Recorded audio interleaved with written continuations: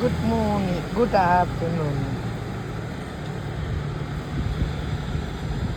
It's me Anjana Roy.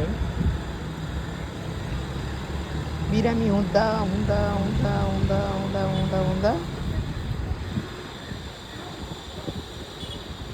तपाईँको hill side अथवा पहाड गाउँ आफ्नो जन्मभूमि गएर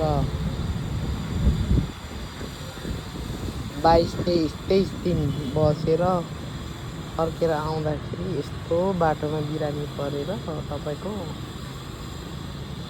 धरानमा आइपुग्दाखेरि चाहिँ अब एकदमै बिरामी परियो। भर्खर भर्खर भर्खर भर्खर 24 घन्टा सुतेर आराम गरेर अनि दबाईहरू खाएर बल्ल बल्ल बल्ल बल्ल निको भएको, निको हुँदै गरेको हो कि जस्तो फिल भइरहेछ। र यो चाहिँ तपाईँको सुन्दर नगरी के अरे धरान अथवा हर्क साङपाङको के अरे धरान, ब्युटिफुल धरान भन्नु पर्यो। एकदम राम्रो छ है हजुर। आज 2026 को चाहिँ फर्स्ट डे, जनवरी 1 दिउँसोको 1 बजे 1:30 बजेको छ। चिन्डे डाँडा माथि देखिँदैछ।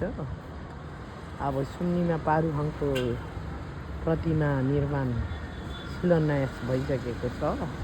अब छिटै नै त्यो डाँडामा चाहिँ सुन्नीमा र पारूहाङ किराँतहरूको गोर्खा सुन्नीमा र पारूहाङको त्यहाँ माथि अब स्ट्याच्यु बन्ने छ।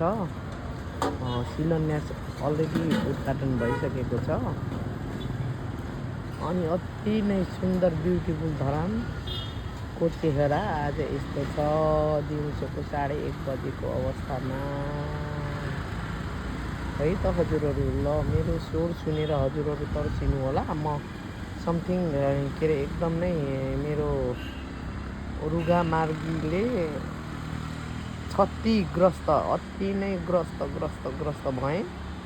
आज 6औं दिनमा यतिको अलिकति केही होला कि भनेर के अरे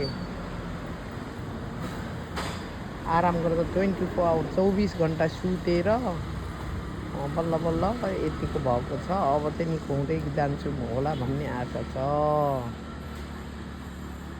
ल है त हजुरहरूको चाहिँ अब सुन्दर धरान नगर महानगरपालिका देख्नु भएको छैन, घुम्न आउनु होला। यहाँनिर तपाईँहरू आउनुको सट्टा श्रम संस्कृति पार्क पनि घुम्न पाउनुहुनेछ।